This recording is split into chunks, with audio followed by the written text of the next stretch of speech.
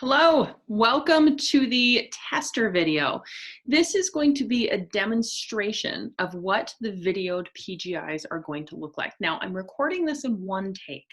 So if I flub my words or if I make a mistake, then you can just pretend it's an in-person lecture. Let me share my screen so we can get going. All right. So, welcome. The first lesson is attitudes and movements. So our very first lesson, being attitudes and movements, is called exercise 5. That's because that is the way it is labeled in the flight training manual. Exercises 1 through 4 are the basics of how an airplane flies and taxiing and ancillary controls. So we're going to start with the first actual flight that we get into. So here's what we're going to cover. We're going to cover the aircraft axes, attitudes, controls and movements, different types of yaw, and of course, as always, safety in summary. You can use this outline, either take a screenshot right now or pause the video so you can write it down. You can use this outline as a mental checklist to make sure that we do actually cover everything that we set out to cover. So by the end of this lesson, you will be able to define, understand the definition of each attitude, movement, control surface, and axis, identify them and recognize them during your next flight. This is important. All of this is the absolute foundation of what we're going to be doing. I put a picture of scaffolding on there. I think it's scaffolding. It's a foundation of the building anyways. So if anything starts from anywhere, the words that we're going to use, the concepts we're going to cover, and the things that you have to remember is the absolute starting block to go anywhere else. You must master these basics, because even though, say, airline pilots may have forgotten the words, they do understand these concepts, and they're so ingrained they don't even have to think about them anymore. So let's launch right in. The first is our definition, an aircraft attitude. This little girl's grumpy. But if I say the word attitude, it doesn't actually refer to your mom telling you that you have a bad attitude. What this means is an actual definition of the orientation of an aircraft with respect to the horizon. So an attitude is the orientation of the aircraft with respect to the horizon. First, you might be thinking, what's a horizon? Well, this is it. It's the imaginary line where the sky meets the ground. It's this one right here, okay? It's a fictitious line, and even though this picture shows the outside of the aircraft, what we're going to be concerned with is what it looks like on the inside of the aircraft. Now, as a bit of a teaser, the aircraft with respect to this horizon is the wings are equidistant from the horizon, the wings are parallel, it's not going up, it's not going down, it's not tipping right or tipping left. I'll use the proper words in a moment. But everything's happy scrappy is what we would call straight and level in the normal cruise attitude. Now, another definition that you need before we launch into the actual material of this is the definition of the nose. Many people think that when I talk about the nose of the aircraft, I'm talking about that spinner right there, the metal thing, the pointy thing that caps the propeller. That is not what I refer to when I'm talking about the nose. What I'm actually talking about is what you can see outside. You might be able to see only the plastic panel, so in which case that could refer to the nose, but maybe you can see some of the metal of the curvature of that nose. When I talk about nose, I'm talking about what you can see outside, and this has everything to do with how high your chair is and the design of the aircraft. I've flown some aircraft where I can see a ton of metal, so I see a lot of the nose out in front of me. I've flown aircraft where I can't see any of that metal, so all I have for a reference point is the plastic panel, okay? Now, the definition of an attitude. So all of these words, both horizon and nose, and the words I'm about to present to you are going to be burned into your brain. When I was a private pilot, I was so excited to just get into the air that I ignored the first lesson and didn't pay any attention to the vocabulary. And I ended up being really confused for the first 25 hours of my license. So we're going to burn these words in, and more importantly, the visual cues that come from those words. First, we start off with the reference or the datum, which is the normal cruise attitude. We're then going to discuss the nose up and the nose down attitude. All right, normal cruise. We have to reference everything here. Hence, it is a reference attitude. And all of the other variations come from this constant altitude, constant heading, constant airspeed that comes from the reference attitude. You will learn these words, but there is zero pitch, bank, yaw, and everything is steady, Freddy, okay? So here's what it looks like. In this picture, your seat is such that you can only see the plastic panel portion, but you'll please notice that that plastic panel portion is entirely parallel to the horizon, and it is not touching the horizon. It is a certain distance below. So how we measure that distance depends entirely on you. Maybe you measure it because the compass, you'll see that the compass right here is, well, there's a hill in the background, so it would be touching the horizon. Maybe you put your 4 fingers or your fist up on the panel and it's 4 fingers below the horizon. However you measure it, what your instructor in the airplane is going to do is your instructor is going to set that aircraft up in normal cruise attitude and allow you to take a mind picture. This is a memorized mind picture that you will have to recreate over and over and over. Now, from normal cruise attitude, which would be the picture in the center, the airplane in the center, we then have nose up and nose down attitudes. The picture on the far left is going to be your nose up attitude. It can go anywhere from 1 degree up to 90 degrees up if you were in a jet fighter. And the picture on the right is your nose down attitude. And what you see can be anywhere from 1 degree nose down to 90 degrees nose down should you desire to do some aerobatics. Either way, what does it look like when you're inside the airplane? So let's watch a video on the visual changes of nose up and nose down attitude. Please keep in mind that you will be expected to identify these attitudes visually, okay? All right. So here we have just struggling to maintain normal cruise attitude. There's lots of bumps, and here we have nose up. Sometimes you get so high that your nose meets the horizon, and sometimes you can go a little higher above the horizon. You can go all the way up until the airplane stops going. But this is the visual of a normal nose up attitude. Then we come back to normal cruise attitude and head down. Anything below normal cruise is your nose down attitude. And of course, you can go way farther down. A significant nose down attitude. All you need to know here is the visual picture changes. Okay, so we're going to come back to normal cruise attitude. Here we are, normal cruise attitude, and anything above that and anything below that would be nose up and nose down attitude. Okay. All right, so the movement to get from one to the next is called pitching. Now that is a movement that takes you from a normal cruise attitude to nose up or nose down. And the movement, the verb is pitching. So how do we make this happen? How do you control this? You push and pull on the control column. But what is that control column attached to? And so you can see that control column moving for pushing and pulling, okay? So what is that control column attached to? That control column is attached to many things, but the one we are considered with right now is the red one. It's the elevators. The very back of that control surface, or the horizontal stabilizer, is the control surface called the elevator. You push and pull the control column to move that bad boy up and down. Okay, and now in the movement that we do, the pitching movement, we pitch from normal cruise to nose up and nose down. We're moving around the lateral axis. You could imagine a rod jammed in there, wingtip to wingtip, and the aircraft rotates about that axis. Now, I like to remember that it's the lateral axis because it's the flateral axis. It's the flat portion of this airplane, which is the wings, and it goes wingtip to wingtip. So it's the lateral axis, and it does, it is the pitch movement or the pitching movement. Okay. As a review, as a summary, nose up and nose down attitudes. Of course, this is in reference to the normal cruise attitude. We use, the movement is called pitching. What we do is push and pull the control column.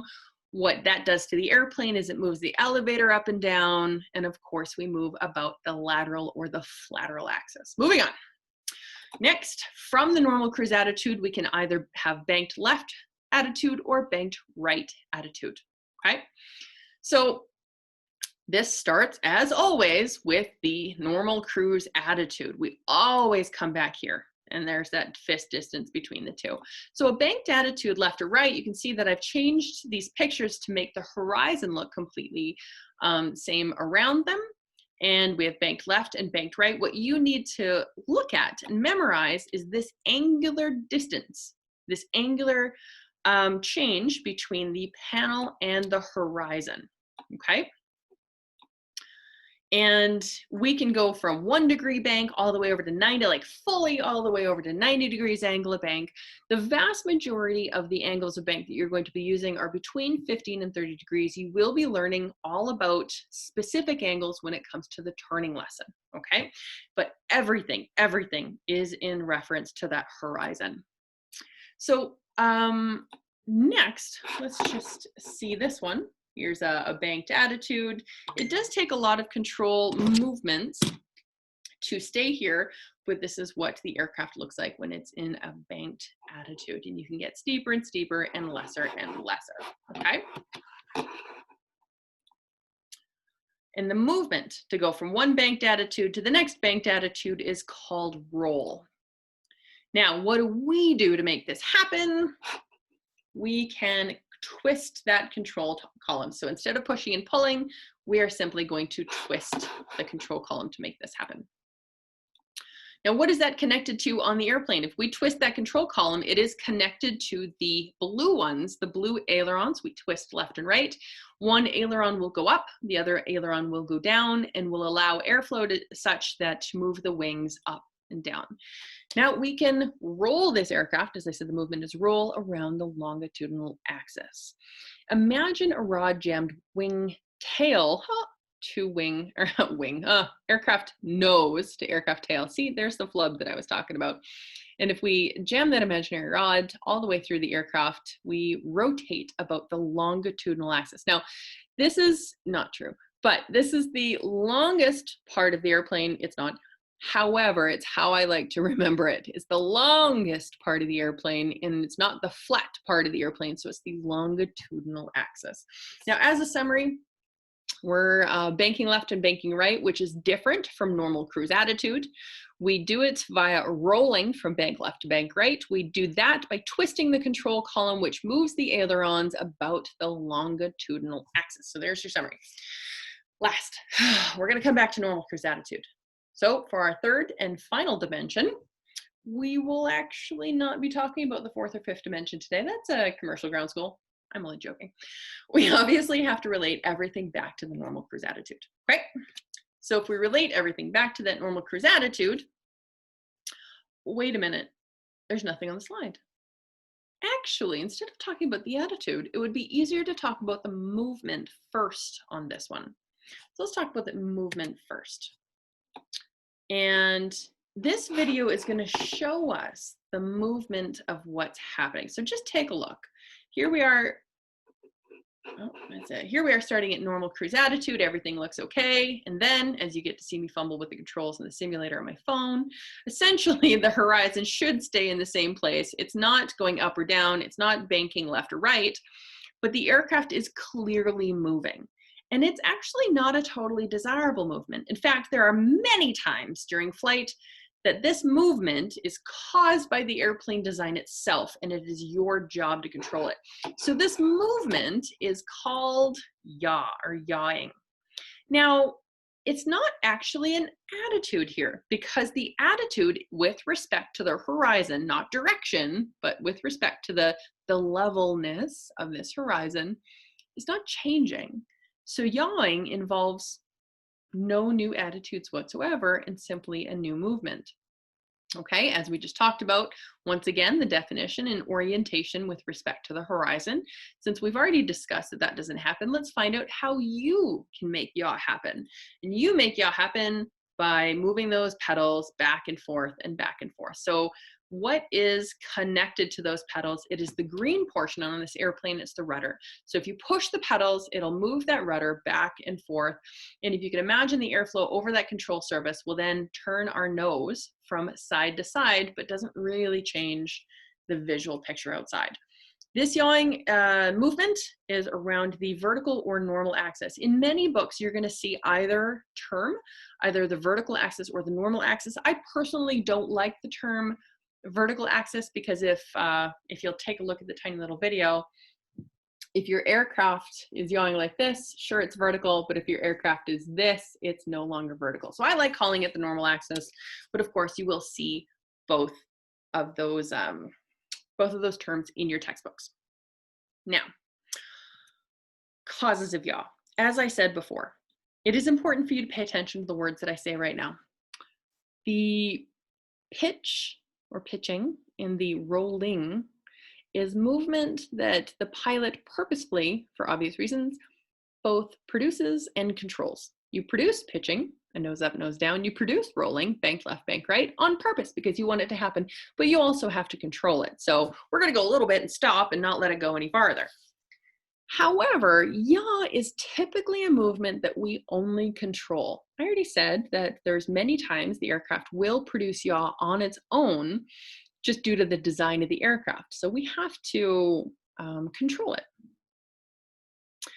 So there are a bunch of reasons that yaw happens. And to keep things easy, because that's kind of what I'm all about, keeping it easy, we will only discuss 3 of the causes of yaw. You will be discussing in depth all of the causes of yaw in your ground school that we're not going to cover now.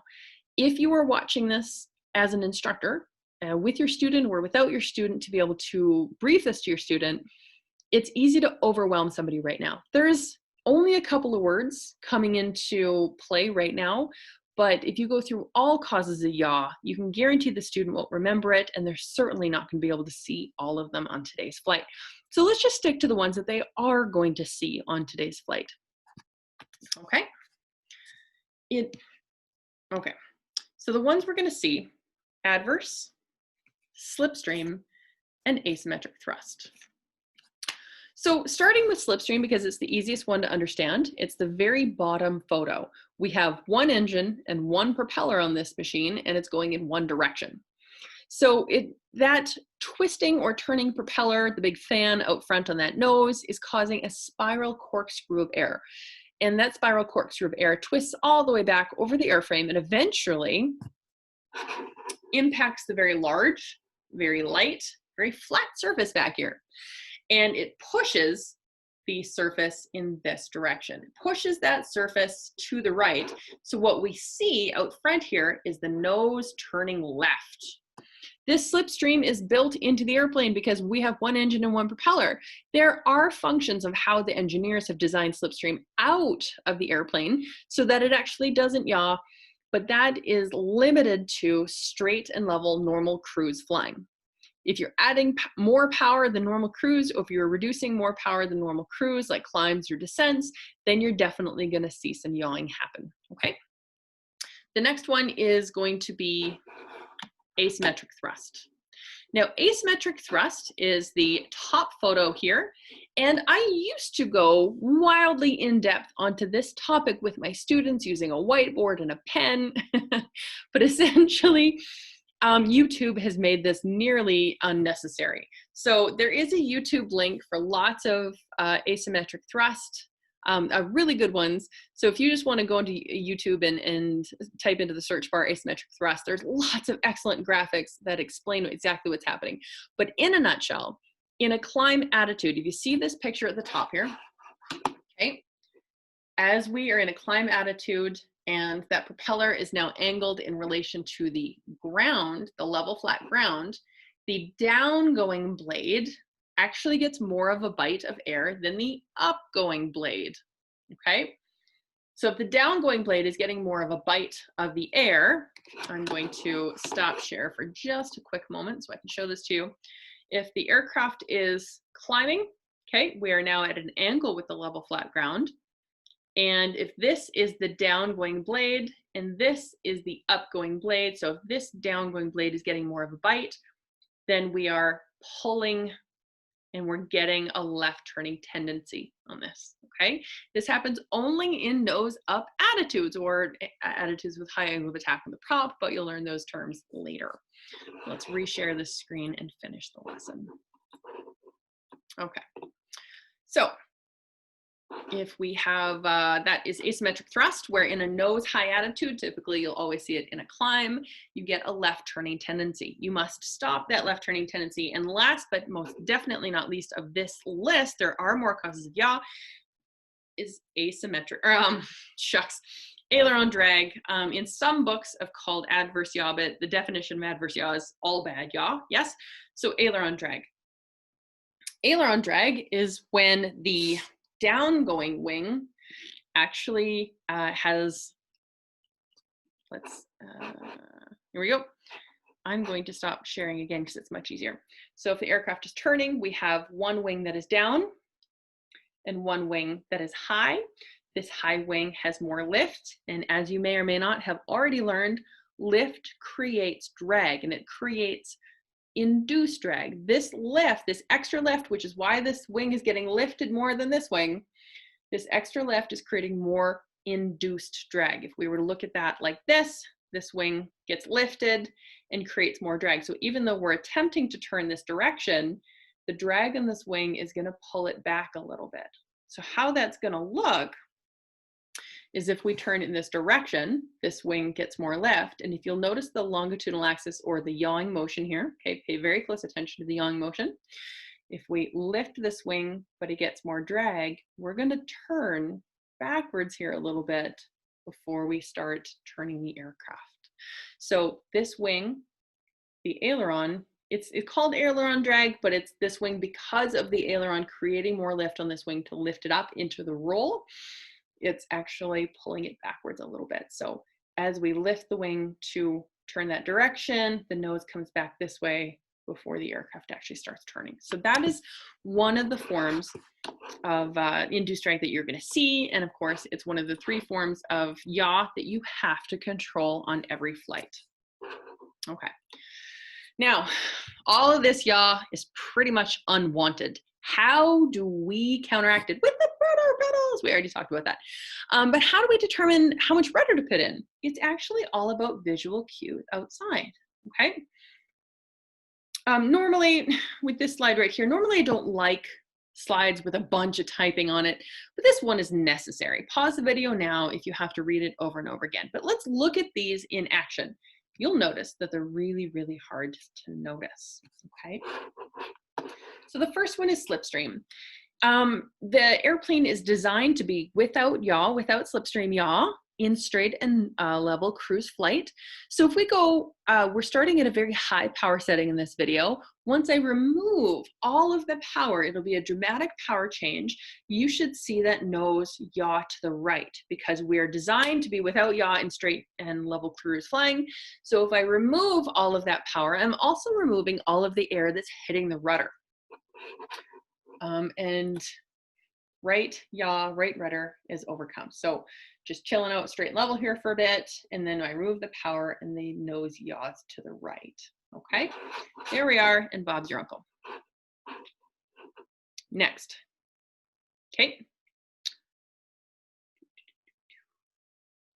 There it is to the right again. Now, next we have asymmetric thrust. To fully appreciate how this one gets you, just choose a cloud. Visually pick a cloud after the nose is the nose up attitude and line it up with the spot that you were looking at on the nose. And then as we climb, you'll be able to see that left turning tendency. If I don't control it, this is what happens. So as that nose comes up, pick a cloud, and then you'll be able to slowly see that left turning tendency as the aircraft pulls you around and without your control. So you got to control that. All right. And that's just a visual help of you. Visual help. Okay. The last one, we have aileron drag. So this is turning and where the nose is going to turn in the opposite direction to the banked attitude. And you'll be able to see it in the video. So as we're heading straight level and we're going to bank over, you can see the nose turn in the opposite direction before we head over. Good, good. So there's your demonstration. So here's the summary and review again. I put a question mark there because yaw doesn't involve a brand new attitude. It involves normal cruise attitude. So the movement is called yaw. What you do is push the rudders to control it, maybe not produce it, but control it. And your rudder pedals are connected to the rudder control surface, both have the same name, and we move about the normal axis. Now, instrument indications. In your book, you will see these instrument indications. Feel free to pause the video now and just take a look. It's incredibly important for you to not use these during the first hours of your training. But then why am I teaching them? Because they actually apply. In the textbook, you'll see instrument indications, and though we can't ignore what they are, as you'll be using them on your next lesson in a small way. My 20 years in flight instruction has told me that if a student focuses on these too soon, they will develop very bad habits that are nearly impossible to break before the flight test. Don't fret. These instruments are fully covered in ground school, and they are introduced in the next lesson and slowly over the next couple lessons. So you have to know what they are, but I'd prefer if you didn't focus on them right now. Okay, so this instrument covers roll and bank and all the other stuff, which is great. So let's get into safety. Always on every flight, your instructor will cover two major items with you: safety of each exercise and pilot decision making. So safety, control of the aircraft, holding the control column, how you hold it, the lookout that you have to do, and spotting traffic. We're going to go through these one at a time. Number one, control of the aircraft. The most dangerous thing to have happen is have nobody in control of the aircraft at any time. So the words that we use here, I have control and you have control, are words that you're going to use in the entirety of your aviation career. Whether you remain a private pilot or if you go all the way to the airlines, every pilot ever uses exactly these. I have found some lazy pilots that like to say, I got it, or your airplane, but these are the procedural correct words. I have control and you have control. So while flying, obviously we have to have a very clear understanding. So if I, the instructor, am flying the aircraft and it's time for you to practice, I will hold on to that control column and I will say, you have control. Then you put your hands on the control column and you say, I have control, in which case I confirm this visually and I let go. So it is possible to have two people in control of the aircraft at one time. It'll be a millisecond, but at least it's not nobody controlling the aircraft. All right. So I have control, you have control, very important. Now, how should we hold that control column? Okay, so control of the aircraft. Now holding the control column, hold it with a death grip like this guy. You will be straining your arms, straining your body, using far too much muscle with a death grip, and you can't feel anything that's happening with that airplane. So what you're gonna do instead is release your grip to a nice light finger grip. Don't put two fingers on there. There's no need for that. You want all of your fingers, your whole hand holding this control column, controlling the airplane, but it doesn't need to be a death grip or you can't feel what's happening with the airplane. Now, third is going to be the lookout. So science tells us that if you were to sweep your eyes from one end of the room to the other, your eyes don't actually make a smooth pattern. With high-speed cameras, science has shown that your eyes will move and stop, move and stop, move and stop, simply because your brain cannot take in that much information all at once. So your eyes move and stop, and it picks up any movement around in that area, and your brain fills in the rest of the information. So what this is going to do is if your eyes move and stop and your brain makes up the rest of the information, it will cause you to miss the tiny speck of other airplanes that you're looking for in the sky.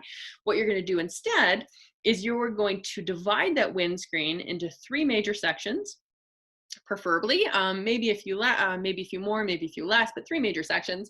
So you're going to go to the number one, you're going to look out into the sky, and you're going to wait for the rods and cones in your eyes, your peripheral vision, which is way stronger than your direct vision, to pick up movement. So stare at a place in the sky and wait for any movement to show up in your peripheral vision. Everybody here has cut something out of the corner of your eye. Your peripheral vision is incredibly strong.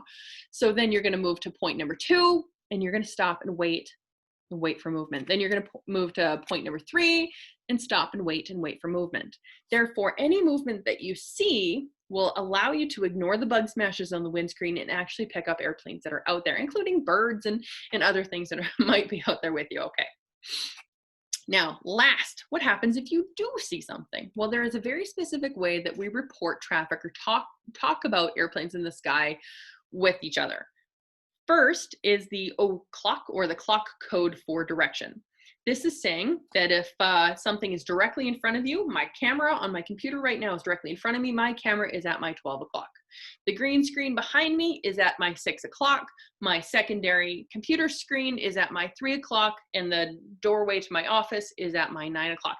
So if you look at the airplane here on the photo, you can automatically identify what's at your 12, what's at your 6, what's at your 3, and what's at your 9. We also talk about traffic in terms of high, low, near, and far. Always start with the clock, so traffic is at my 12 o'clock, and then if it's high, then you can tell the person sitting next to you that it's high or low or near or far. Even if it's your first flight, especially because it's your first flight, no matter what, your instructor will expect you to help look out for traffic. It is not their job because they are pilot in command. It is both pilots at all time, and even if you have passengers in the future, I expect you to train your passengers on how to not only look for traffic, but report it to you, because it's always a team sport. Okay, looking for traffic is always a team sport. Now, summary. This is going to be an interactive summary. For you instructors watching this, it's imperative that you create a copy of a grid similar to this with titles that you want, no filling, and then your student can fill it in themselves. If your student cannot fill this grid in themselves, then they are not ready to go flying. Students, if you cannot fill in this grid, you are not ready to go flying, okay? So if we talk about the longitudinal axis, then the movement is called roll. What are the controls that we use? It's twisting the control column and twisting the ailerons, right?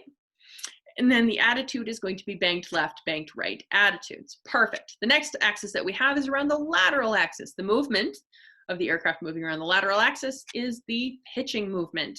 What controls you do? Pushing and pulling that control column to move the elevators. And last but not least, we have a nose up and nose down attitude. Thirdly, we have our normal or vertical axis, normal axis. The movement is called yawing. The controls are pushing the rudder pedals connected to the rudder control surface, and it is actually not a brand new attitude. Alrighty? So your homework is to review today's notes and look at exercise 6, which is coming up next. So I hope that helps. I hope you got a good idea of what we're going to be practicing today. If you actually do head out to fly exercise 5, attitudes and movements. And for you instructors watching this, feel free to create your own version of this if you choose. Have a great day, guys.